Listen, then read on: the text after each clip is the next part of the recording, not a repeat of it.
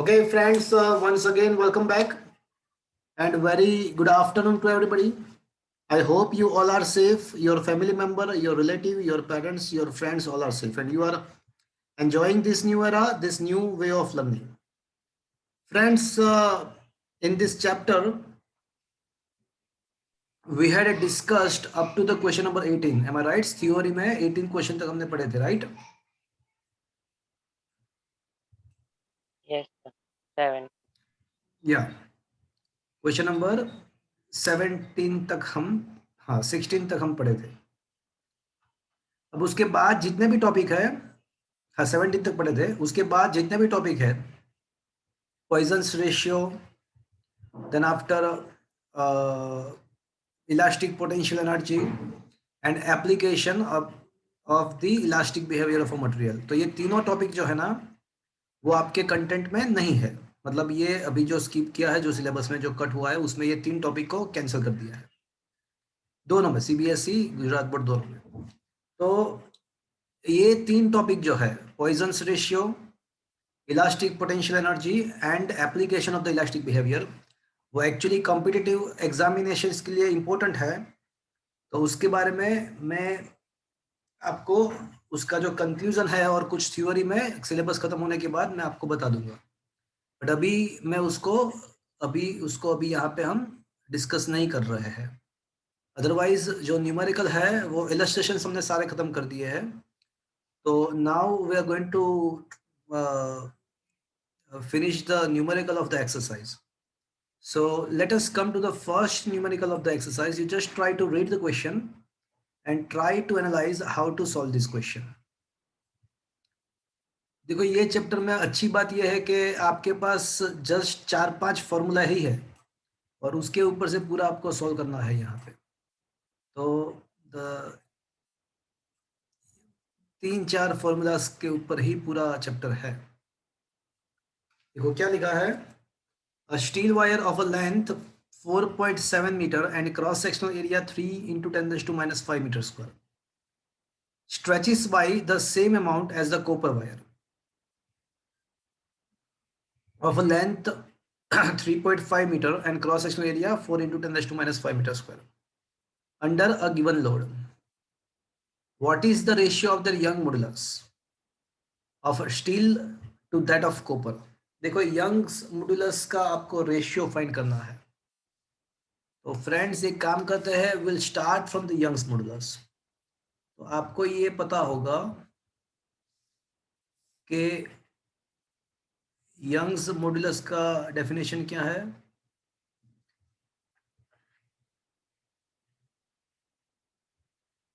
कुछ तो बोलो. फॉल नीचे आया. अरे यार लॉन्गिट्यूडिनल स्ट्रेस हाँ, अपॉन लॉन्गिट्यूडिनल स्ट्रेन. फॉल नीचे नहीं, आया. वो तो डेल्टा एल का था. हाँ वो तो डेल्टा एल का था. आपको खाली फॉली याद रहता है और कुछ याद नहीं रहता है. अरे वो तो डेल्टा एल का फॉर्मूला था. तो यंग्स मॉडुलस का जो फॉर्मूला है वो स्ट्रेस अपॉन स्ट्रेन है. स्ट्रेस का मतलब आपका FL upon A delta L. FL by A delta L. हाँ तो ये हो जाएगा डेल्टा एल बाय, तो फाइनली ये आपका हो जाएगा F L by A delta. That's good. So ये आपका फॉर्मूला है, राइट. तो फ्रेंड्स अगर ये फॉर्मूला आप अगर स्टील के लिए अप्लाई करते हो तो मुझे F length of the steel, F into length of the steel upon cross sectional area of a steel into the elongation in the steel. But मुझे है ना ये डेल्टा एल एस लिखने की जरूरत नहीं है. पूछो क्यों. क्यों? It is given in the question. आपको क्वेश्चन में ऐसा दिया हुआ है कि दोनों को जो स्ट्रेच किया है ना वो सेम अमाउंट से किया हुआ है. मतलब क्या हुआ, it is given that the delta L in steel and delta L in the copper are same. तो उसको मैं मान लेता हूं कि उसको डेल्टा एल ही अज्यूम कर लेते हैं. चलेगा फ्रेंड्स. Yes sir. एंड मैंने ना एफ को भी ऐसा ही लिखा. देखो एफ स्टील नहीं लिखा मैंने, एफ ही ऐसा ही लिखा because they are given a same load. देखो under the given load. Given load का मतलब दोनों में जो लोड है वो सेम ही रहेगा. Is that clear. तो ये Young's modulus for the copper क्या रहेगा आपका, F length of the copper upon area of the copper delta L of the copper, तो सेम ही रहेगा। तो ये हो जाएगा आपका Young's modulus of the steel and Young's modulus of the copper. तो ये Y steel upon Y copper आप करोगे तो आप देख सकते हो कि ये F L L steel area of steel delta L upon F length of copper area of copper delta L. तो आपका डेल्टा एल कैंसिल हो जाएगा, फोर्स भी कैंसिल हो जाएगा, तो बचेगा क्या, length of the steel length of the copper, और बचेगा cross sectional area of copper cross sectional area of steel. अब दोनों का क्रॉस सेक्शनल एरिया आपको दिया हुआ है, दोनों का लेंथ दिया हुआ है, तो you have just to put just value, you have to just put the value and get the answer. Is it okay? दोनों का लेंथ आपको दिया हुआ है, उनका एरिया आपको दिया हुआ है, so you need to put the values and get the answer. Is it okay friends? Yes, sir. Yes, sir. चलेगा? अभी कैलकुलेशन करोगे आप? Yes, sir. Yes, sir. Okay देखो, पहले स्टील के लिए निकाला, फिर कॉपर के लिए निकाला, और फिर दोनों का रेशियो फाइंड किया, दैट्स इट। चलो question number 2, are you able to see the question number 2 in your mobile screen? Yes, sir. देखो क्या लिखा है, a figure shows the strain versus stress curve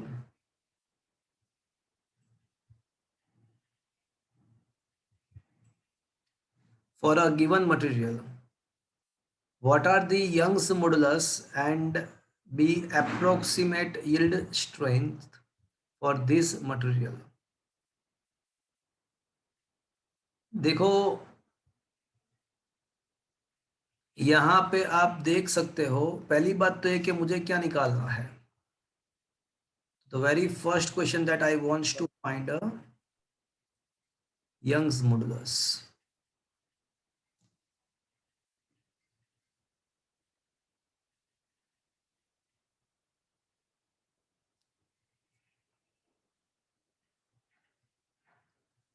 Okay.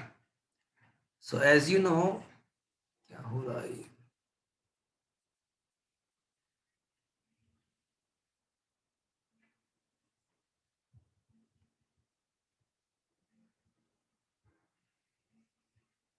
तो आपको पता है कि यंग्स मॉडुलस क्या होता है, तो बोले स्ट्रेस अपॉन स्ट्रेन। यहाँ पे आप देख सकते हो ग्राफ के अंदर, ग्राफ के अंदर आपको ये क्लियरली दिख रहा है कि y कोऑर्डिनेट जो है ना वो स्ट्रेस है एंड x कोऑर्डिनेट जो है ना वो स्ट्रेन है। शायद आपको पता होगा, चैप्टर नंबर 3 में हमने डिस्कस किया था कि कोई भी ग्राफ का जो स्लोप होता है ना, वो change in y coordinate upon change in x coordinate हम कर सकते हैं। मैं राइट फ्रेंड्स? ये आपको पता है भैया? Yes. तो slope is equals to y coordinate upon x coordinate. यहाँ पे आप देख सकते हो कि यहाँ पे y कोऑर्डिनेट स्ट्रेस है, x कोऑर्डिनेट स्ट्रेन है, तो this is also equals to the slope for a graph of stress versus strain. तो whenever you had given the graph of stress versus strain, तो उसका स्लोप आप निकाल दो, तो वो आपको क्या मिल जाएगा भैया? Young's modulus. यंग्स मॉडुलस मिल जाएगा। तो Young's modulus is equal to slope for the graph of stress versus strain. तो यहाँ पे आप कोई भी पॉइंट कंसीडर कर दो, कोई भी पॉइंट जो आपको सिंपल लगे वो पॉइंट कंसीडर कर दो। तो वहाँ पे आप स्ट्रेस को फाइंड कर लो, स्ट्रेन को फाइंड कर लो। तो ये that is a change in stress, वो आपका हो जाएगा 150 minus 0 and it is in the 10⁶ Newton पर मीटर स्क्वायर, 10⁶ अपॉन स्ट्रेन जो है ना, for that particular stress, change in stress, your strain will be 0.002 minus 0, तो 0.002। तो ये आपका हो जाएगा ऑलमोस्ट 75 10⁹ हो जाएगा आपका, मतलब 7.5 10⁻10 न्यूटन पर मीटर स्क्वायर आपका यंग्स मॉडुलस हो जाएगा। चलो ये आपको पता चला फ्रेंड्स। सर इसमें तो वो तो फॉर्मूला वो स्लोप में तो चेंज इन है ना, और हमने तो हाँ, तो डायरेक्ट वो स्ट्रेस चेंज इन किया, देखो वो चेंज इन किया, हमने चेंज इन स्लोप ही किया, देखो 0 से स्टार्ट करके वो 150 तक मिला, तो ये चेंज इन स्लोप ही मिला आपको। और यहाँ पे हाँ स्टार्ट करके 0.002, तो वो चेंज इन, हमने चेंज इन द वैल्यू ही किया है, देखो आप ध्यान से। Is it clear to you? Yes sir, चल गया पता। और दूसरा क्वेश्चन ये है कि approximate yield strength, yield strength का मतलब जहां पे ब्रेक होना स्टार्ट होता है ऑब्जेक्ट, तो आप यहाँ पे देख सकते हो ये वाला जो पॉइंट है ना, वहां से ब्रेकिंग स्टार्ट हो रहा है, तो आप देख सकते हो कि ये जो यील्ड स्ट्रेस जो है ना, वो कौन से मतलब 2850 से थोड़ा ज्यादा, 300 से थोड़ा कम है, देखो। सो approximate, I can say 280। Approximate yield strength is, उसको सिग्मा बोलते हैं, तो सिग्मा जो है ना वो अप्रोक्सीमेटली 290 या अप्रोक्सीमेट उसको 300 के आसपास है, वैसे तो उसका उससे थोड़ा कम है, 280 आसपास है, तो अप्रोक्सीमेटली 300 10⁻⁶, तो ये 3 इंटू 10⁸ अप्रोक्सीमेट न्यूटन पर मीटर स्क्वायर कह सकते हैं। लेट मी चेक कि यहाँ पे क्या आंसर लिखा है। हाँ, अप्रोक्सीमेटली 300 बराबर है। Is that clear friends? Yes sir. आया बात Yes, समझ sir. में? चलो यस। Question number 3। चलो आप क्वेश्चन नंबर 3 को एक बार रीड करो, देखो क्या लिखा है उसके अंदर। सो फ्रेंड्स, आपने क्वेश्चन रीड किया? Yes, sir. तो क्वेश्चन क्या था कि stress versus strain graph is given, तो उसके द्वारा क्या करना है आपको। तो दो क्वेश्चन यहाँ पे पूछे गए हैं कि which material has a larger young modulus. तो देखो अभी हमने डिस्कस कर लिया कि अगर स्ट्रेस वर्सेस स्ट्रेन का ग्राफ है, उसका स्लोप हमको क्या देता है? Young's young small. modulus. हाँ, तो एक चीज तो हमको कंफर्म्ड है कि Young's modulus is equals to slope of stress versus strain graph. Am I right friends? Yes, Yes, sir. sir. तो आप मुझे देख सोच के बताओ कि कौन सा स्लोप ज्यादा है, किसका इंक्लिनेशन ज्यादा है, ग्राफ ए का या ग्राफ बी का, स्लोप किसका ज्यादा है? A material A. Exactly material है। तो as you can see that slope for graph A is larger than the slope for graph B, that itself is indicating in the case A Young's modulus is larger। चलो ये पता चला आपको। Yes sir. Yes, sir. और दूसरी बात, which of the two is a stronger material, तो जिसका yield strength ज्यादा है वो ज्यादा स्ट्रॉन्ग होगा। तो यहाँ पे ये जो है ना वो यील्ड स्ट्रेंथ शो कर रहा है, और यहाँ पे ये पॉइंट जो है ना वो यील्ड स्ट्रेस का शो कर रहा है। तो फ्रेंड्स आप सोच के बताओ कि किसका यील्ड स्ट्रेंथ ज्यादा है, मतलब किसको ब्रेक करने के लिए आपको ज्यादा स्ट्रेस लगाना पड़ेगा। A material. A. मटेरियल है, तो आप ग्राफ से वो भी देख पाते हो कि yield strength for the material A is larger compare to the B. Is that clear friends? तो उसको वही मटेरियल ज्यादा स्ट्रॉन्ग है, ऐसा कह सकते हैं। Is it okay friends? Yes, sir. Okay fine. चलो come to the question number 4।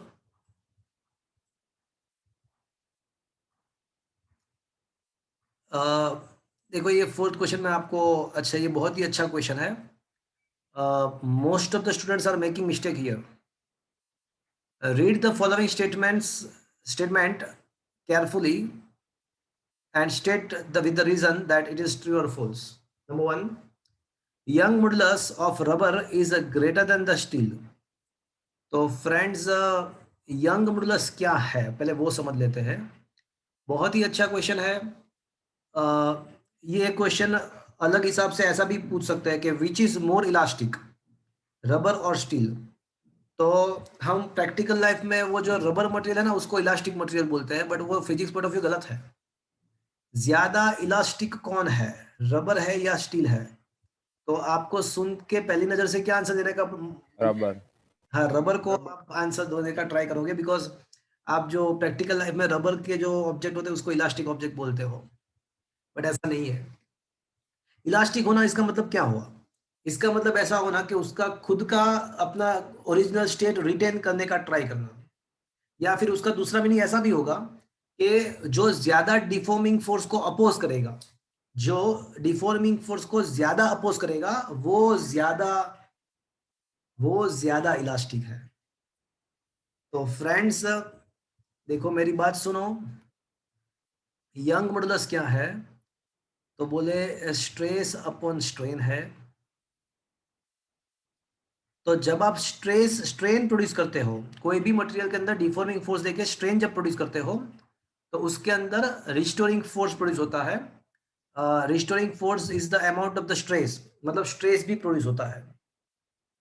तो मुझे ये बताओ कि आप रबर रबर एंड स्टील को आप बताओ कि किसमें ज्यादा आप, if you are applying similar elongation, similar strain, तो कौन है कि जिसके अंदर ज्यादा स्ट्रेन प्रोड्यूस होता है, रबर या स्टील में?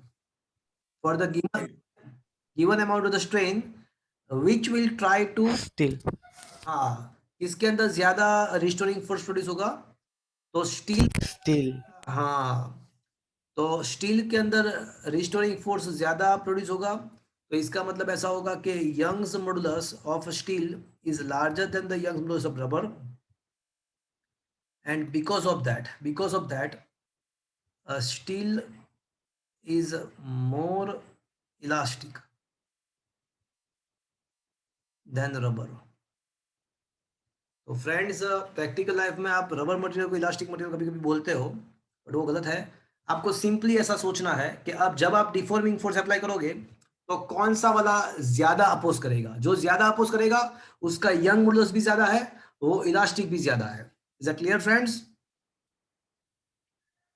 Yes sir. Yes, sir. Friends हाँ, तो रबर एंड स्टील में कौन ज्यादा इलास्टिक है? तो बोले स्टील ज्यादा इलास्टिक है। क्यों?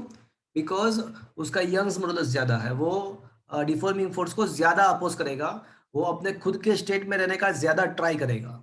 That is why it is more elastic. Is that clear friends? Yes, sir. Okay, come to the question number 5. Two wire of a diameter 0.2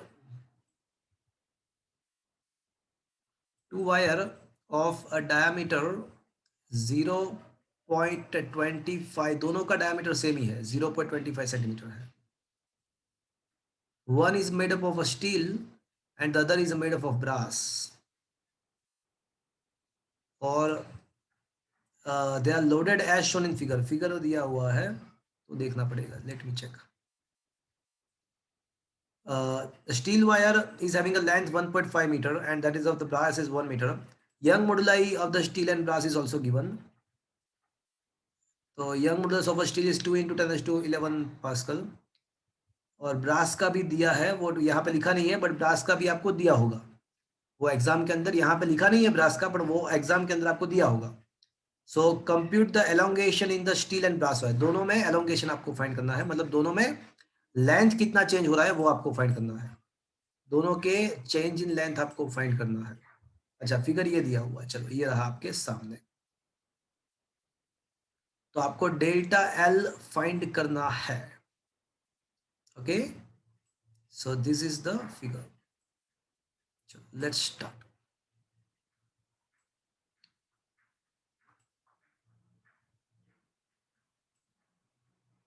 okay friends, देखो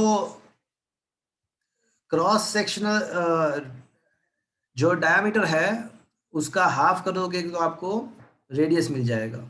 डायमीटर कितना दिया है फ्रेंड्स बोलो तो? 0.25. 0.20 0.25 सेंटीमीटर। centimeter. Yes. तो इसका half कर दोगे तो 0.125 सेंटीमीटर मिल जाएगा, बिकॉज रेडियस जो होता है ना वो डायमीटर बाई 2 होता है। तो 0.125 सेंटीमीटर दैट इज 1.25 10⁻⁻1 10⁻⁻3 हो जाएगा। मीटर। तो ये आपका रेडियस हो गया। अब करना क्या है, तो फ्रेंड्स सबसे पहले सोच के बताओ कि ये जो स्टील वायर है उसको एलोंगेट करने के लिए कौन सा कितना फोर्स रिस्पॉन्सिबल है। ये स्टील वायर को खींचने के लिए, एलोंगेट करने के लिए कितना फोर्स रिस्पॉन्सिबल है, कोई बताएगा सोच के, इसको कौन खींच रहा है।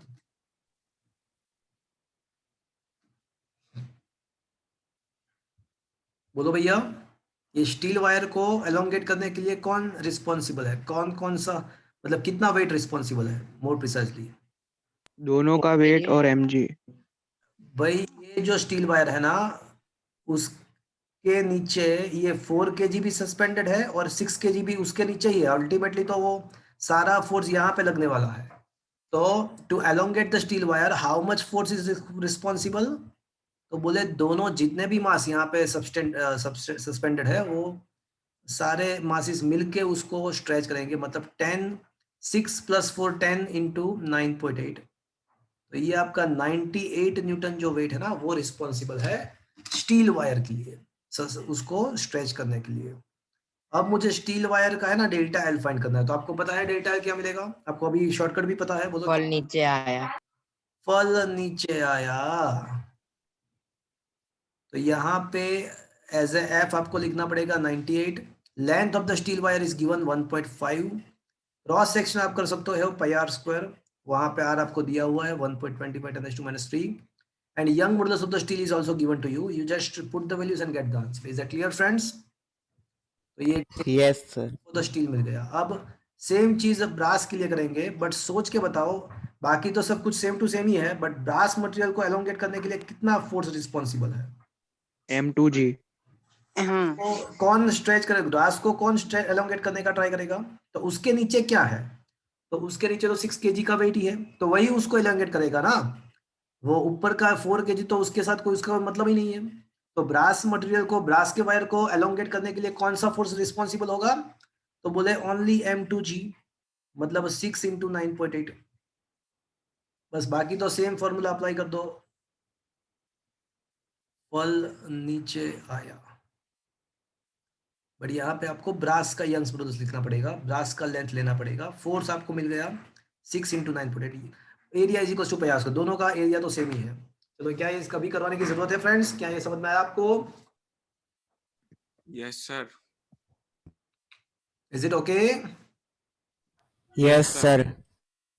तो आप देख सकते हो कि ब्रास को के लिए जो फोर्स है ना वो 6 × 9.8 है, एंड स्टील के लिए जो फोर्स है ना वो 10 × 9.8 है, देख सकते हो आप। बाकी तो आपको just you have to put the values, fall नीचे आया एंड गेट द फॉल नीचे आया, आंसर आया। Is that clear. Yes sir. Yes. तो बात समझ में आया। Yes sir. ओके चलो क्वेश्चन नंबर 6 पे आ जाओ। सर शायद क्वेश्चन नंबर 6 तो नहीं है ना। 6 नहीं है, शायद नहीं है। Let me check. चलो ना, है कि ना है जाने दो ना, कर देते हैं। वैसे ये आई थिंक शेयर मॉड्यूलस जो है ना वो कैंसल टॉपिक में था, बट अभी यंग मॉड्यूलस हमने डिस्कस कर लिया। बट हाँ सर नहीं है, एक्सरसाइज 9.6 सिर्फ एक ही कैंसल है। हाँ मुझे पता है, बट क्या है कि शेयर मॉड्यूलस जो है ना वो उन लोगों ने कैंसिल किया है। बट यार यंग मॉड्यूलस आपने पढ़ लिया, बल्क मॉड्यूलस पढ़ लिया, तो फिर उसका बेचारे का शेयर मॉड्यूलस का क्या प्रॉब्लम था, उसको क्यों कैंसिल कर दिया कोई मतलब ही नहीं है। तो हम पढ़ लेते हैं, उसमें कुछ भी नहीं है। देखो the edge of the aluminium cube is a 10 centimetre long. तो ये जो एज है ना क्यूब का वो 10 सेंटीमीटर है। One face of the cube is firmly fixed, एक साइड उसका फिक्स्ड किया हुआ है, मतलब जमीन के साथ जो है ना उसको फिक्स्ड किया हुआ है। तो ये मान लो कि ये हमारा क्यूब है और उसका एक जो साइड है ना उसको फिक्स्ड करके दिया हुआ है।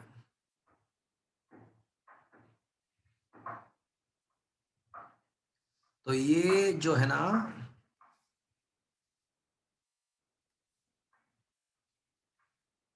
मान लो कि ये ग्राउंड सरफेस है तो ये जो साइड है ना उसको फिक्स्ड किया हुआ है।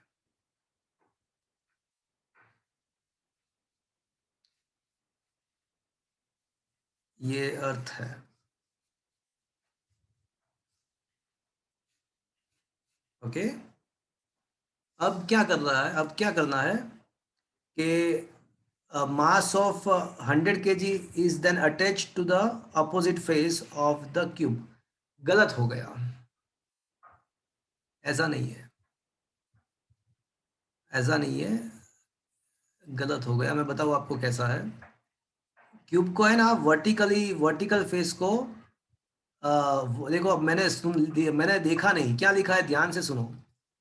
One face of a cube is attach with the is fixed with the, क्या लिखा है ध्यान से देखो, वो vertical vertical wall. Vertical wall के साथ। Vertical wall. हाँ, तो मैंने उसको जमीन के साथ फिक्स किया था, बट ऐसा नहीं था। इसके साथ वो फिक्स किया हुआ है भैया, वर्टिकल वॉल। वर्टिकल वॉल के साथ फिक्स किया है। तो ये अब बराबर है। चलो, आया बात समझ में? Yes sir. तो ये वर्टिकल वॉल जो थी ना उसके साथ उसको फिक्स्ड किया हुआ है।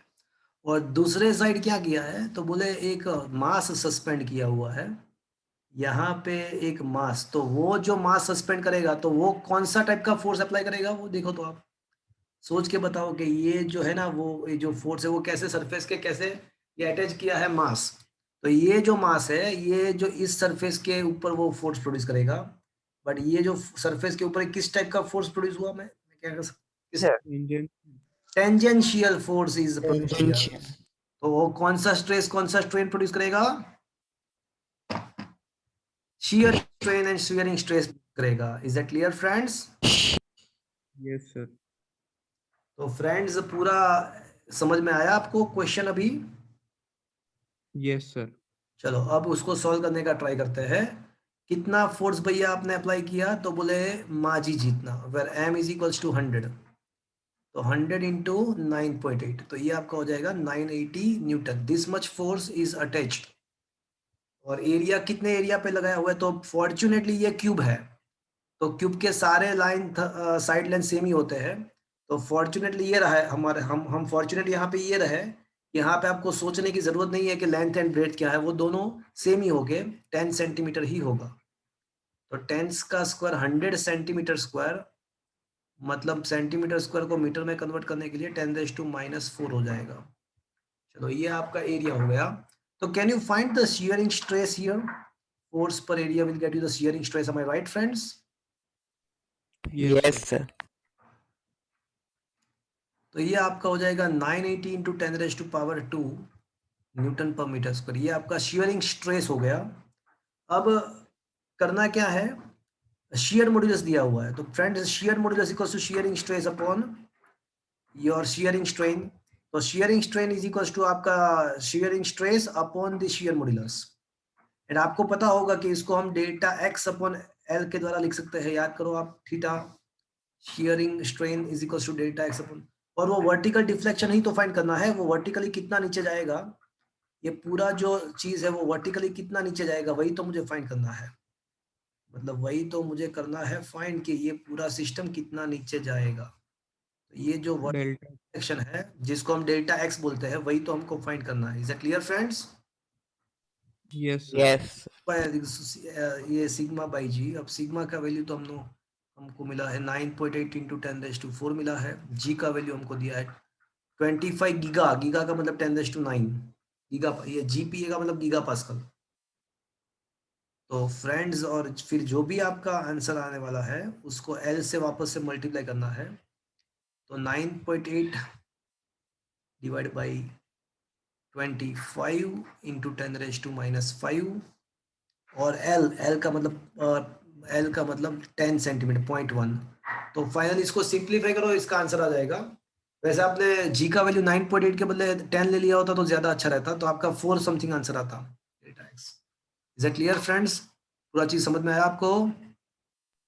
Yes sir. तो आंसर 4 समथिंग, 4 इंटू 10⁻⁻⁵ समथिंग ऐसा कुछ आंसर आएगा आपका। 3, हाँ ये 4 इंटू, देखो ये अप्रोक्सीमेटली 4 आ गया, 4 into 10⁻⁷। Is it clear? Yes okay, so friends बहुत ही अच्छा क्वेश्चन, क्वेश्चन नंबर 7 अब डिस्कस करने वाले हैं। क्वेश्चन नंबर 7 पे आ जाओ।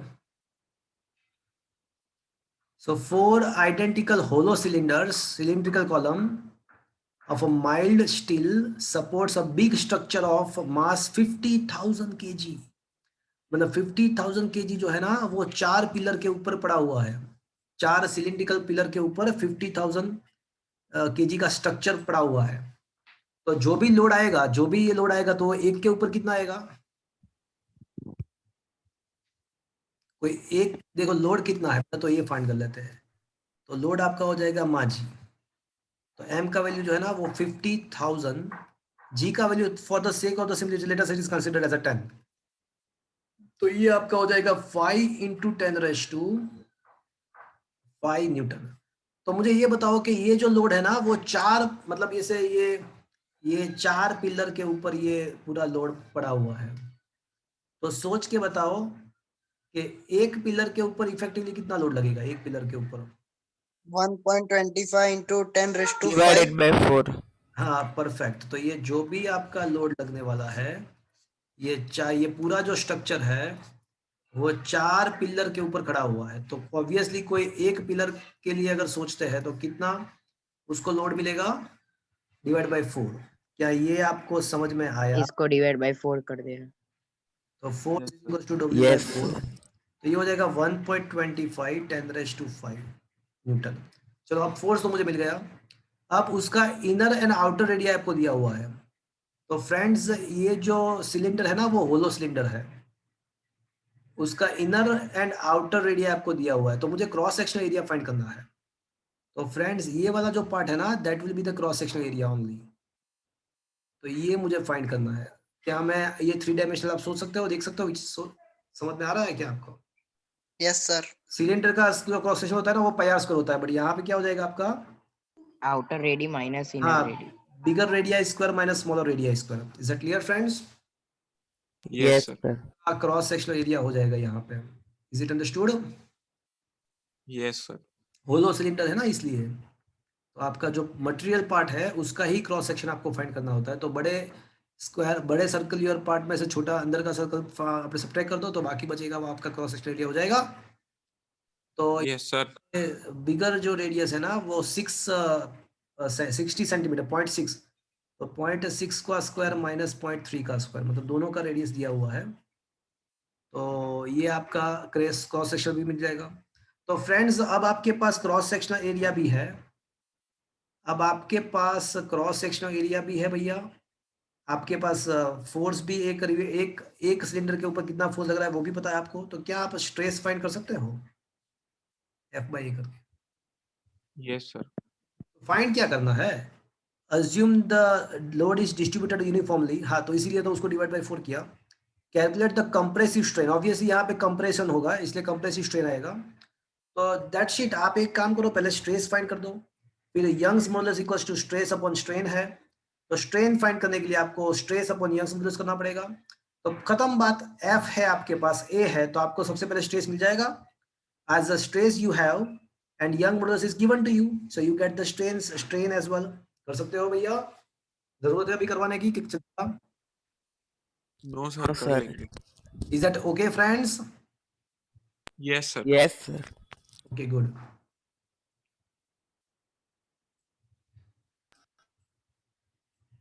तो यहाँ पे आपको करना था डेल्टा L/L फाइंड करना था, स्ट्रेन फाइंड करना था। तो कर सकते हो आप।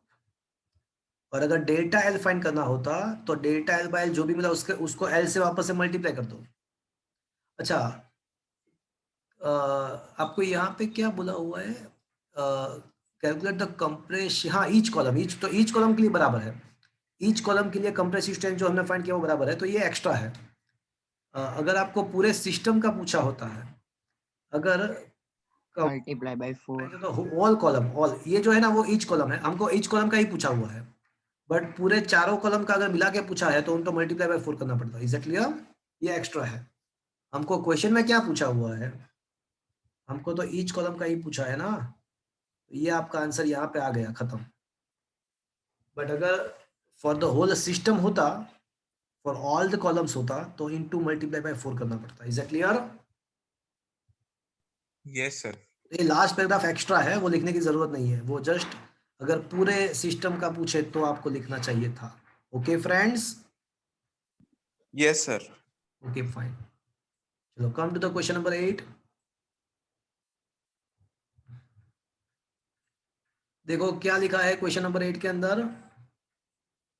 अ piece of paper copper having a rectangular cross sectional area, cross sectional area दिया हुआ है भैया, and is parallel in tension with tension भी दिया हुआ है।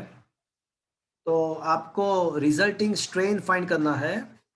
आपको इलास्टिसिटी मतलब यंग्स मॉडुलस आपको दिया हुआ है, इलास्टिक कांस्टेंट मतलब यंग्स मॉडुलस आपको दिया हुआ है।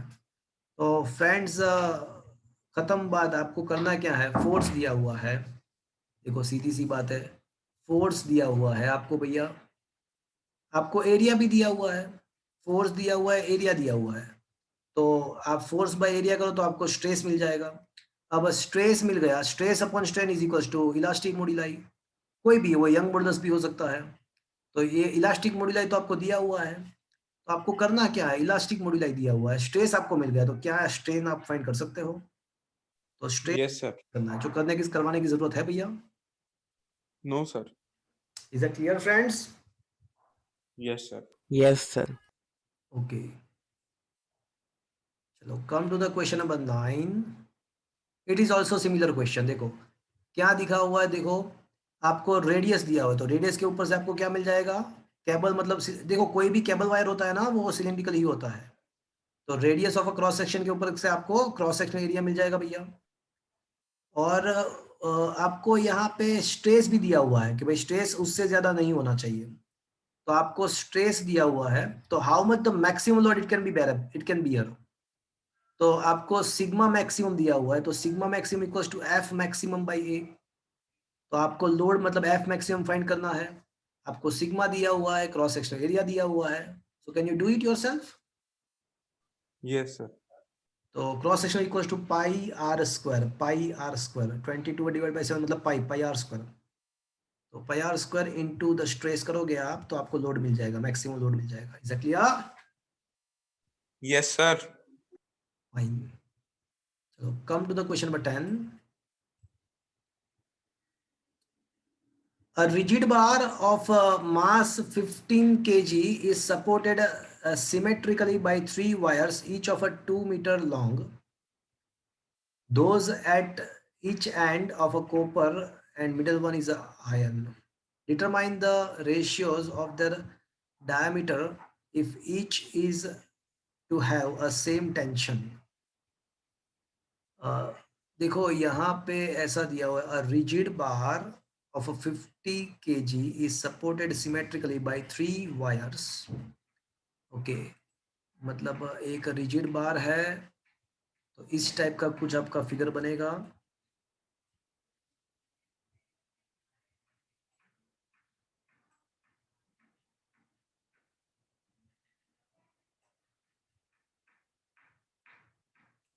ओके,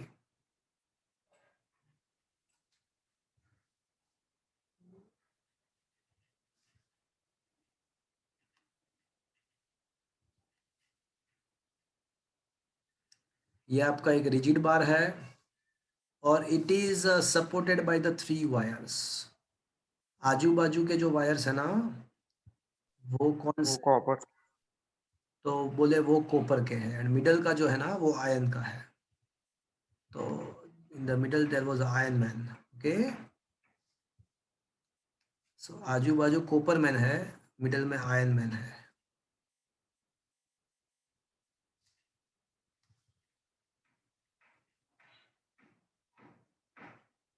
तो क्या पूछा क्या है, और ये जो रोड है ना वो 50 kg का है, वो दिया हुआ है, right. And determine the ratio of the diameters if each is to have same tension। अच्छा, सबके अंदर टेंशन सेम लगना है। ओके, तो डायमीटर मुझे फाइंड करना है। देखो यहाँ पे सीधी सी बात है,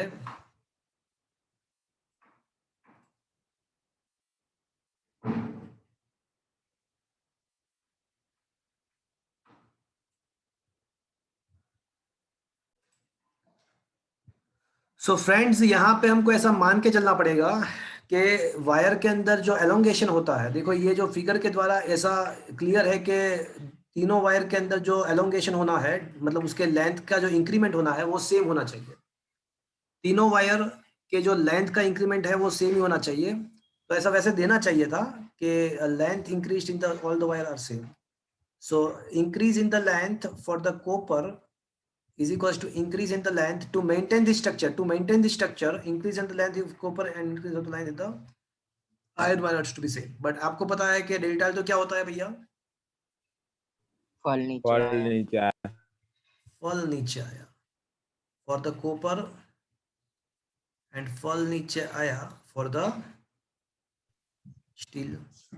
तो फ्रेंड्स यहाँ पे मैं ऐसा कह सकता हूँ कि दोनों साइड है ना, आपको बोला हुआ है कि टेंशन दोनों साइड कितना लेना है आपको, दोनों में टेंशन कितना ले, for the each wire the tension are similar. तो सेम टेंशन का मतलब क्या होगा कि सब जगह से फोर्स निकल जाएगा।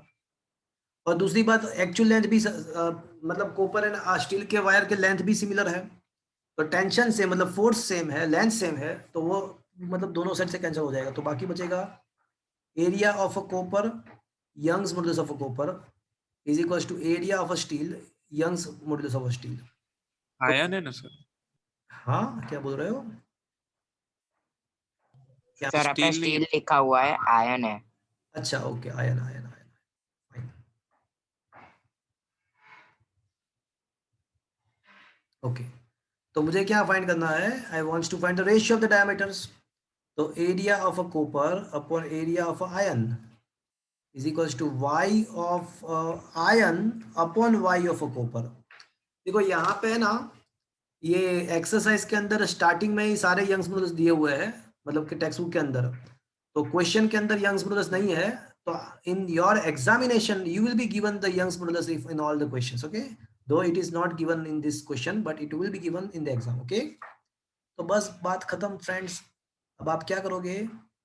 पाई R square copper pi R square steel, तो Young modulus of Young modulus of iron upon Young modulus of copper, तो ये दोनों यंग मॉडुलस आपको है। तो आपको क्या करना है? रेडियस का रेशियो फाइंड करना है। जो भी आंसर आएगा उसका रूट निकालो तो आपको रेडियस का रेशियो मिलेगा। जो रेडियस का रेशियो जो मिलेगा ना, वही आपका डायामीटर का भी रेशियो होगा। क्यों? बिकॉज वो जो रेशियो है वही आपका डायामीटर का है, बिकॉज 2 से मल्टीप्लाई 2 से डिवाइड करोगे तो वो क्या हो जाएगा ऑटोमेटिकली?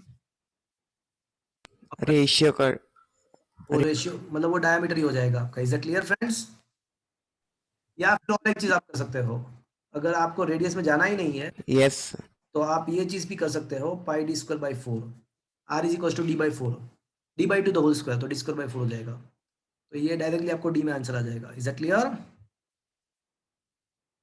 आया बात समझ में फ्रेंड्स? Yes sir. तो फ्रेंड्स यहाँ पे थोड़ा अलग मेथड से दिया हुआ है, चीज तो वही हुई कि भाई y proportional to 1 upon D square से प्रूव किया हुआ है।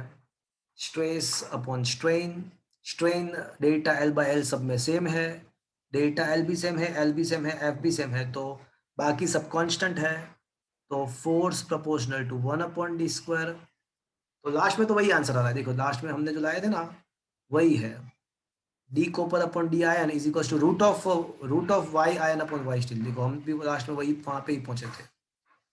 तो ये square is equals to Y, square is equals to Y, यहाँ पे देखो फाइनली वही आ रहा है, Y iron upon Y copper, उसका रूट निकालोगे तो आपका डायमीटर मिल जाएगा। अलग मेथड है बट अल्टीमेटली वही हो रहा है। Is that clear friends? Yes sir. चलो क्वेश्चन नंबर 11 पे आ जाओ फ्रेंड्स। 11th क्वेश्चन जो है ना, 11th क्वेश्चन जो है ना, that is a very very very important question for the, not only for your board examination but also for the competitive point of view. It's a very important question. तो 11th question जो है ना, उसको सुनो जरा, देखो आप। तो क्या लिखा है? A 14.5 kg mass is fastened to the end of the steel wire.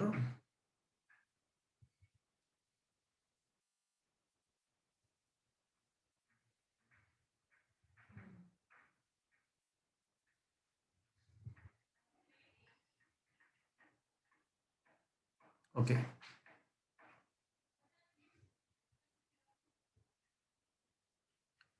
अब क्या बोला गया है? अब ये बोला गया है कि the wire of unstretched length is 1 metre. Wire का जो ओरिजिनल लेंथ है वो 1 मीटर है। It's wheeled in a vertical circle. तो वर्टिकल सर्कल पे उसको अब हम रोटेट कर रहे हैं। सो फ्रेंड्स, जब कोई ऑब्जेक्ट रोटेशन कर रहा है, जैसे सर्कुलर मोशन कर रहा है, तो कोई ना कोई प्रैक्टिकली कोई ना कोई रियल फोर्स जो होगा वो टुवर्ड्स द सेंटर अप्लाई करेगा। तो यहाँ पे सोचो कि ये जो पेंडुलम है, इसके ऊपर कितने फोर्स लगने वाले हैं? तो बोले माजी नीचे की तरफ एंड टेंशन ऊपर की तरफ। तो रिजल्टेंट सेंट्रीपिटल फोर्स कितना होगा टुवर्ड्स द सेंटर? कितना होगा? T plus mg. अरे टी ऊपर है, माजी नीचे है, तो क्या? T minus तो minus mg. resultant centripetal force will be equals to T minus माजी। Is that clear friends? Yes. अब सेंट्रीपिटल फोर्स का फॉर्मूला तो आपको पता होगा कि mv²/r है, बट यहाँ पे रेडियस कितना होगा? तो बोले ये सर्कल का रेडियस बनेगा, का जो वायर का जो लेंथ है ना, वायर का जो जितना लेंथ है ना, वही आपका रेडियस हो जाएगा। तो in place of radius you can write a length of the wire, but the problem is you had not given the velocity, you had given the angular velocity। तो फ्रेंड्स आप एक काम कर सकते हैं, पहले है ना v इक्वल्स टू, आपको पता है कि एंगुलर वेलोसिटी दिया हुआ है, तो v equals to R omega. तो ये आपका फॉर्मूला जो mv²/r है ना, वो कन्वर्ट हो जाएगा m r² omega square by r। तो ये हो जाएगा आपका m r omega square is equals to t minus M G. तो tension in the wire will be equals to M G plus m, अब r के बदले आप l लिख सकते हो, इनटू ओमेगा स्क्वायर। और ओमेगा आपका दिया हुआ है 2 रिवॉल्यूशन पर सेकंड, एंड ये रिवॉल्यूशन पर सेकंड नहीं चलेगा भैया। 1 रिवॉल्यूशन मतलब कितना रेडियन होगा? 2 पाई रेडियन। तो your answer must be in the radian. तो रिवॉल्यूशन के बदले हो जाएगा 2 पाई रेडियन पर सेकंड, मतलब ये आपका ओमेगा हो जाएगा 4 पाई रेडियन पर सेकंड। अब बराबर है। तो अब आप पहले एक काम करेंगे, टेंशन हम फाइंड कर लेंगे। तो मास जो है वो 14.5, जी का वैल्यू हम ले लेंगे, ले लो ना, चलो 9.8 ले लो, plus 14.5 into the length of the wire. Length of the wire दिया हुआ है क्या? हाँ 1 मीटर। ओमेगा मैंने बताया ना 4 पाई का स्क्वायर करना पड़ेगा। तो फ्रेंड्स करो तो क्या आ रहा है आपका? इसको जी को 10 कर लो, चलो जी को 10 कर लो। तो 145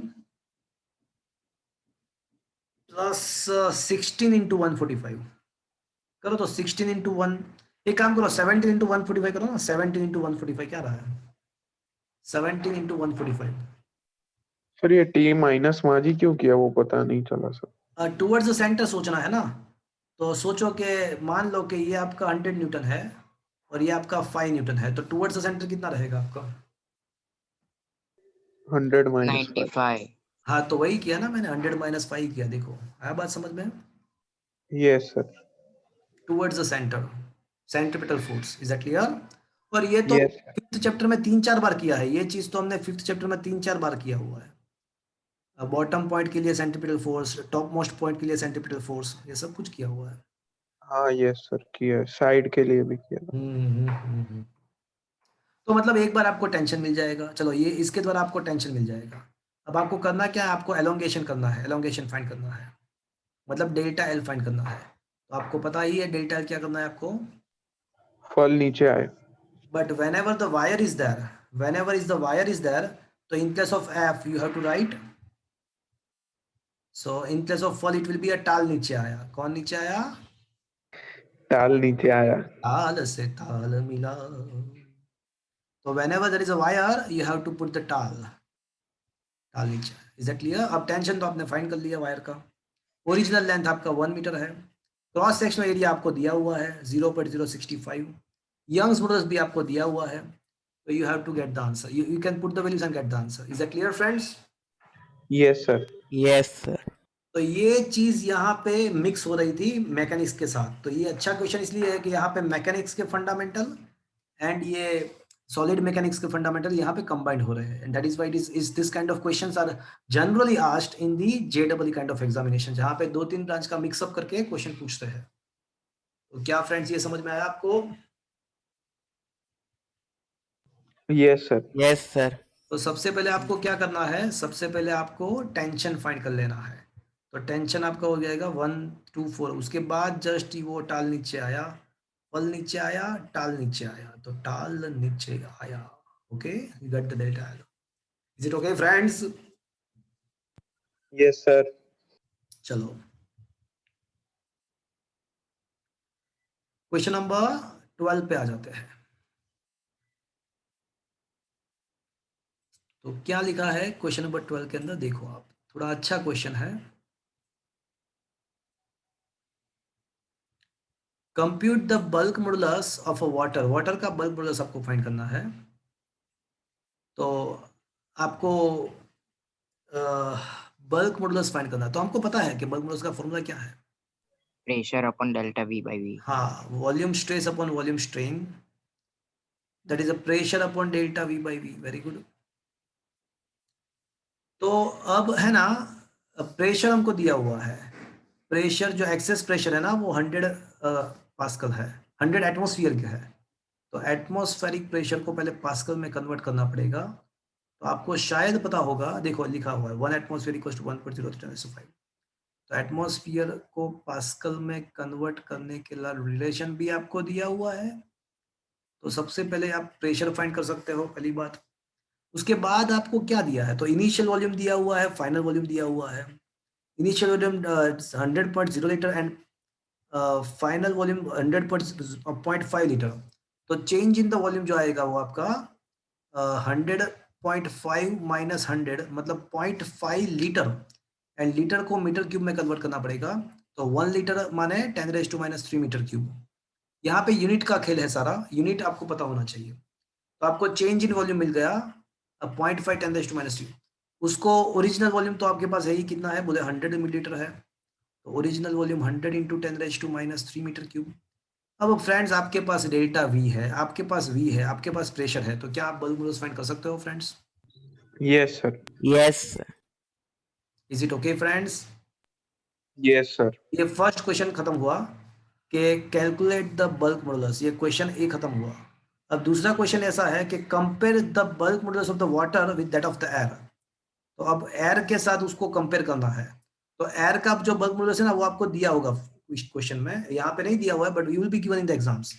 तो ये क्वेश्चन तो यहाँ पे खत्म हो गया, बट अब दूसरा कंपैरिजन का क्वेश्चन है कि उसको कंपेयर करना है आपको एयर के बल्क। तो एयर का जो बल्क मॉडुलस है ना वो आपको याद रखना है, 10⁵ होता है। The bulk modulus of the air is 10⁵ Pascal. So you can see that the bulk modulus of a water, what we get? We get the 2.026 into 10⁹ Pascal, while the bulk modulus of air का जो bulk modulus है वो just 10⁵ Pascal है। So I can say bulk modulus is water is a 2.026 upon bulk modulus of air। अगर करोगे ratio find करोगे तो भी 10⁴ बचेगा, बिकॉज 9/5। तो bulk modulus of water is a 2.026 into 10⁴ times than that of the air. Air के bulk modulus से बहुत ज्यादा है वाटर का। क्यों? बिकॉज बल्क मॉडुलस क्या इंडिकेट कर रहा है? तो बल्क मॉडुलस ये इंडिकेट कर रहा है कि अगर कोई ऑब्जेक्ट को आप कंप्रेस करते हो सब जगह से तो वो कितना उसको अपोज करेगा। वो जितना ज्यादा अपोज करेगा उसका बल्क मॉडुलस ज्यादा होगा। तो सोचो कि एयर ज्यादा अपोज करता है या वाटर ज्यादा अपोज करता है? Water. तो ऑब्वियसली Water. तो फिर वाटर का बल्क मॉडुलस ज्यादा ही होना चाहिए। Is that clear? Yes, Yes, sir. sir. तो फ्रेंड्स क्या ये क्वेश्चन आपको समझ में आया? Yes, sir. So bulk modulus of water is this much time than that of the bulk modulus of air. Okay, ratio find करके आप comparison कर सकते हो। चलो, question number 13 is a very good question. 13 is also a very good question. क्या लिखा है कि वाटर डेंसिटी, देखो ये 13 क्वेश्चन जो है ना वो आईएमपी क्वेश्चन हम कह सकते हैं, वेरी मोस्ट इंपोर्टेंट। क्या लिखा है, अ water is, what is the density of the water at the depth where the pressure becomes 80 atmosphere and compressibility आपको दिया हुआ है, compressibility आपको दी हुई है। चलो मेरी बात ध्यान से सुनना, this is the only question in which you had given a compressibility। तो एक काम करते हैं, पहले बल्क मॉडुलस से स्टार्ट करते हैं। तो bulk modulus equals to minus pressure upon delta V by V, am I right friends? Yes, sir. Yes, sir. देखो अगर आप माइनस लिखते हो ना तो delta V is equals to आपको V two minus V one लिखना है। बट सपोज मान लो कि आपको डेल्टा वी है ना, आप V one minus V two लिखना चाहते हो, तो फिर यहाँ पे माइनस करने की जरूरत नहीं है। नहीं है। है। तो मैं है ना यहाँ पे प्लस ही रखता हूँ, और डेल्टा वी के बदले में क्या लिखूंगा तो फिर, V1 minus V2. 1 minus V2. हाँ ओरिजिनल वॉल्यूम तो वी वन है, एंड डेल्टा वी के बदले में लिखूंगा V one minus V two. Is that clear friends? Yes. Yes, sir. तो हमको क्या दिया है, वैसे हमको एक्चुअली दिया हुआ है कंप्रेसिबिलिटी। तो compressibility is equals to 1 upon bulk modulus. मैं कंप्रेसिबिलिटी को है ना के बोल देता हूँ, चलो। तो compressibility equals to 1 upon bulk modulus, तो ये उल्टा हो जाएगा, v1 minus v2 upon P v1। तो can I say is equals to 1 upon P into 1 minus v2 by v1। Is it okay friends? मैंने इक्वेशन को v1 से divide, Yes, sir. 1 upon P को बाहर निकाल दिया और v1 से इक्वेशन को डिवाइड किया, चलेगा? Yes, sir. अब मुझे फाइंड क्या करना है, मुझे है ना डेंसिटी फाइंड करना है। तो डेंसिटी एट दैट बॉटम, जहाँ पे 80 एटमॉस्फेयर जितना प्रेशर, देखो ये जो ऊपर के सरफेस में कितना एटमॉस्फेयर होता है, ये पानी है, ये ओशियंस है, तो उसके ऊपर के पोर्शन में तो 1 एटमॉस्फेरिक प्रेशर होता है, और मुझे यहाँ पे उस उतने डेप्थ में जाना है कि जहाँ पे प्रेशर बढ़ के 80 एटमॉस्फेयर हो जाए। तो वहाँ पे मुझे डेंसिटी, यहाँ पे तो मुझे डेंसिटी पता है, वाटर का डेंसिटी जनरली कितना होता है 1000 kg पर मीटर क्यूब, वो हमको पता है। ये रहा 1.03 kg पर मीटर, 1.03 × 3 kg पर मीटर। तो सरफेस पे तो पता है, बट वो डेप्थ पे मुझे फाइंड करना है। अब मुझे डेंसिटी पे जाना है, मेरे पास वॉल्यूम तो है कोई relation, density is equal to what, Mass upon volume के बदले क्या लिख सकता हूँ मैं, mass upon friends. Yes, sir. उसका मतलब V2 तो मास अपॉन रो 2, V1 तो मास अपॉन रो 1। तो फ्रेंड्स V2 अपॉन V1 में क्या लिख सकता हूँ, Rho 2. नहीं उल्टा हो जाएगा ना, Yes. रो 2 हो जाएगा। Is that clear friends? Yes, sir. Yes, sir.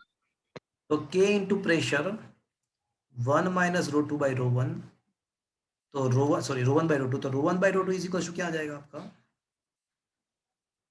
1 minus K P. Is that clear friends? Yes, sir.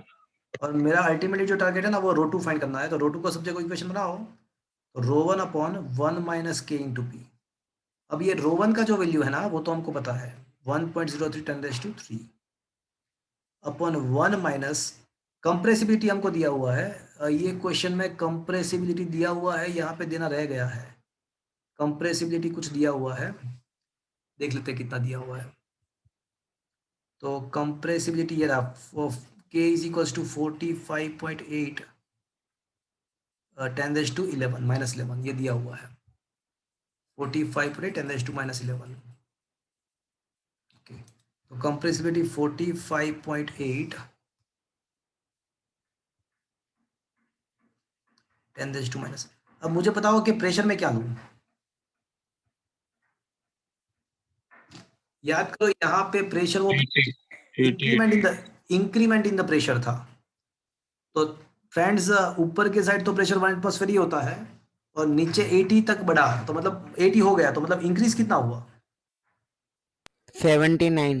हाँ, तो you have to consider 79 atmosphere. So actually P is not a P actually, it is increment in the P and that is a 79 atmosphere. Atmosphere नहीं चलेगा, उसको 1.013 into 10⁵ से multiply कर दोगे ना, तो ये रिलेशन आगे अभी जो क्वेश्चन हमने किया ना उसके पहले, इसमें ये रिलेशन दिया था कि एटमॉस्फेरिक प्रेशर को पास्कल में कैसे कन्वर्ट करना है।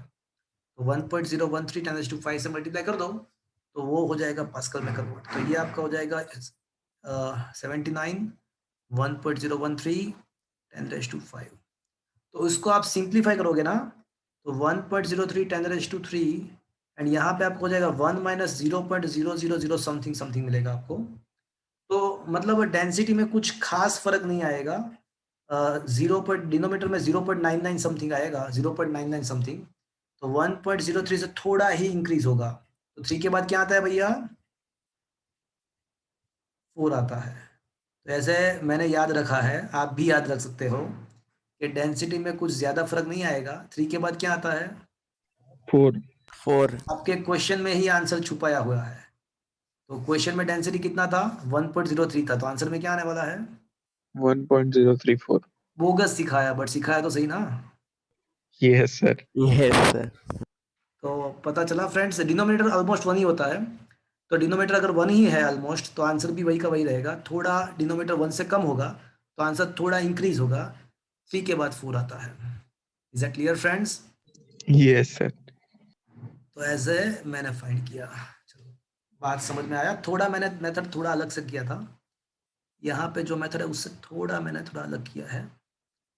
तो कोई बात नहीं, मैं है ना आपको इसका स्क्रीनशॉट भेज देता हूँ। चलो, तो ये आप देख लेना एक बार, ओके? Yes, sir. तो ये इक्वेशन मैंने जो लाया ना यहाँ तक, ये वाला इक्वेशन, ये आपके लिए सिंपल हो जाएगा। This is more easier for you. यहाँ तक जो डेरिवेशन है, ये डेरिवेशन ये आपको देखना है पूरा डेरिवेशन, और ये आपका final equation. Okay, Yes, sir. Screenshot में भेज दूंगा। Yes, sir. सामने के साइड ब्लैंक पेज है तो वहाँ पे आप उसको मेथड चेंज करके लिख सकते हो। Okay, Yes, sir. Question number 14, compute the fractional change in the volume of a glass slab where the subject to hydraulic pressure of 10 atmosphere। चलो, प्रेशर अप्लाई किया मतलब इंक्रीज किया। तो प्रेशर मतलब आपको प्रेशर दिया हुआ है, आपको यहाँ पे बल्क मॉडुलस भी दिया हुआ है 37 into 10⁹। ये यहाँ पे नहीं दिया हुआ है, आंसर में दिया हुआ, but you will be given in the question. तो फ्रेंड्स, आपको बल्क मॉडुलस दिया हुआ है, आपको प्रेशर दिया हुआ है, तो आपको पता है कि bulk modulus equals to pressure into upon delta V by V. तो आपको फ्रैक्शनल चेंज इन वॉल्यूम ही तो फाइंड करना है ना। तो आपको जस्ट प्रेशर को बल्क मॉडुलस से डिवाइड करना है only. You just have to divide the pressure by the, कभी-कभी बल्क मॉडुलस को के सिंबल से भी डिनोट कर सकते हैं। अगर आपको के नहीं लिखना है तो आपको बी लिख दो, कोई दिक्कत नहीं। चलेगा फ्रेंड्स? Yes, sir. यहाँ पे बल्क मॉडुलस देना रह गया है, बट आपको एग्जाम में देंगे, don't worry. Okay, Yes, sir. चलो, क्वेश्चन नंबर 15 उसी ट्रैक पे है। देखो क्या दिया हुआ है, डिटरमाइन द वॉल्यूम कॉन्ट्रैक्शन, मतलब change in volume, delta we find करना है ऑफ अ कॉपर क्यूब। मतलब ओरिजिनल वॉल्यूम आपका एल क्यूब है, लेंथ दिया हुआ है, तो original volume you can find L cube. Pressure आपको दिया हुआ है एंड बल्क मॉडुलस भी आपको दिया हुआ है 140 गीगापास्कल। ये बल्क मॉडुलस आपको क्वेश्चन के अंदर ही दिया है, ऐसा मान के चलो। चलो, तो फ्रेंड्स देखो, बल्क मॉडुलस दिया है ना, तो हम कहाँ से स्टार्ट करेंगे आपका क्वेश्चन का आंसर। तो bulk modulus equals to pressure upon delta V by V, neglecting the negative sign. तो bulk modulus equals to pressure, applied pressure into volume upon delta V. तो मुझे है ना डेल्टा वी फाइंड करना है, तो applied pressure into volume upon bulk modulus. Applied pressure आपका जो है ना वो 7 into 10⁻⁶ है। वॉल्यूम जो है ना वो एल क्यूब होगा आपका। तो 1 0.10 सेंटीमीटर 10⁻⁻1 मीटर का क्यूब 10⁻³ हो जाएगा, 10⁻⁻1 का क्यूब 10⁻3। बल्क मॉडुलस आपको 140 गीगा। बस इसको सिंप्लीफाई करो, 7 2 14, तो 1/2.5 आएगा, 0.5 10⁻10 ऊपर जाएगा तो -7 बचेगा, टोटल -7 होगा, तो 5 × 10⁻8 metre cube. So this is your answer. आया बात समझ में friends? Yes, sir. Yes, sir. Yes, sir. हाँ, 10⁻2 सेंटीमीटर क्यूब, मतलब सेंटीमीटर क्यूब मतलब 10⁻6 मीटर क्यूब आया, 10⁻8 आ गया, देखो 5 × 10⁻8।